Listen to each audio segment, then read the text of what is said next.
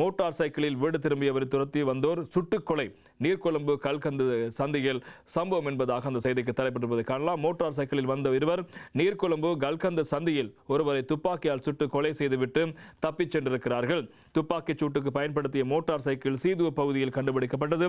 சனிக்கிழமை இரவு 7:30 மணி அளவில் நடைபெற்ற சம்பவத்தில் நீர்கொழும்பு குரண பகுதியைச் சேர்ந்த 62 வயதான ரெக்ஸி சல்காது என்பவரை இவ்வாறு கொல்லப்பட்டிருப்பதாக தெரிவிக்கப்படுகின்ற விடயங்கள் முக்கியமாக இருப்பது காலம். எனவே இந்த சம்பவம் தொடர்பாக இப்போது அந்த துப்பாக்கிச்சூட்டுக்கான நபர் சம்பவ இடத்திலே பலியாயிருக்கிறார். சம்பவ தொடர்பான விசாரணைகள் மேற்கொள்ளப்பட்டிருக்கிறது. எனவே இந்த விடயத்தில் இப்போது போலீசார் விசாரணைகளை முன்னெடுத்து வருகிறார்கள்.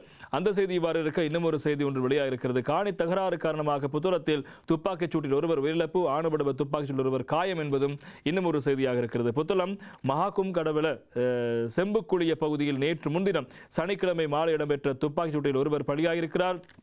மேற்படி துப்பாக்கிச் சூட்டில் காயமடைந்தவர் புத்தளம் தள வைத்தியசாலை அனுமதிக்கப்பட்ட போதிலும் அவர் அங்கு சிகிச்சை பலனின்றி உயிரிழந்திருப்பதாக போலீசார் தெரிவிக்கிறார்கள். எனவே செம்புக்குழிய பகுதியைச் சேர்ந்த 55 வயதுடைய குடும்பஸ்தர் இவ்வாறு துப்பாக்கிச் சூட்டில் பலியாகியிருக்கிறார். காணி தகராறு காரணமாக இந்த துப்பாக்கி பிரயோகம் மேற்கொள்ளப்பட்டதாக ஆரம்பகட்ட விசாரணையில் தெரிய வருகிறது.